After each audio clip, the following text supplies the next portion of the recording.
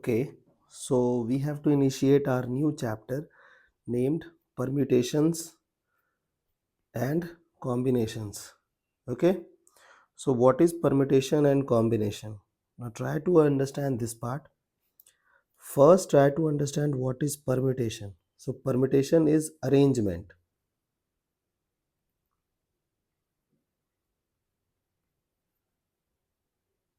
Okay, and combination is selection. Now, try to imagine your classroom. Okay, so in your classroom, suppose that there are n students are staying. Okay, and we have to arrange them on tables. Okay, so suppose there are this many benches. Okay, and on every bench there will be two-person staying. Okay, so the number of ways in which those person can be arranged in this arrangement is named as permutations. Okay, so counting in how many ways we will go for arrangement. Okay, and then we will study about combination. So suppose that from your classroom we are supposed to make class representative. Okay, one from boys section, boys team, and other from girls team. Okay, so we will find the number of ways by which we can select class representative from respective class is named as combination.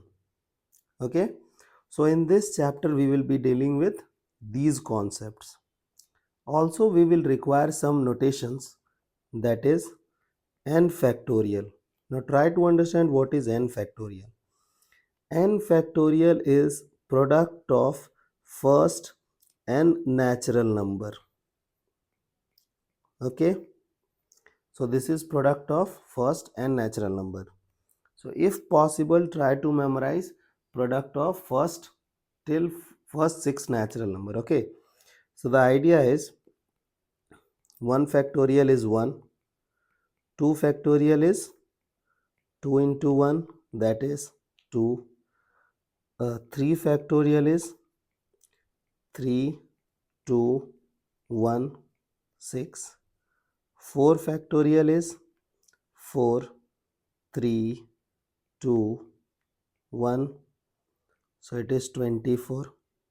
5 factorial is 5, 4, 3, 2, 1. Okay, so it is 120. Okay, also you have to memorize that 0 factorial is nothing but 1. Okay, so how we will get that result? How we can say that 0 factorial is 1? Look at this. Can we say that 1 factorial is nothing but 2 factorial by 2? Can we say that 2 factorial as 3 factorial by 3? Can we say that 3 factorial is 4 factorial by 4? Can we say that 4 factorial is 5 factorial by 5 and 5 factorial as 6 factorial by 6? So based on same observation, can I say that 0 factorial is 1 factorial by 1? So it is 1. I hope things are clear. Okay. Now suppose that there are three person. Person is A, person is B, person is C. So there are how many ways we can arrange these three person on three chair placed in a row? We will count those situations. Okay. So can I say that I'll fix A and I'll write B, C. So these three person can sit in this way. Also, can I say that they can be arranged in this way? Now I'll fix B. Okay. So B is this AC, B, CA. Now I'll fix C. AB, C, BA.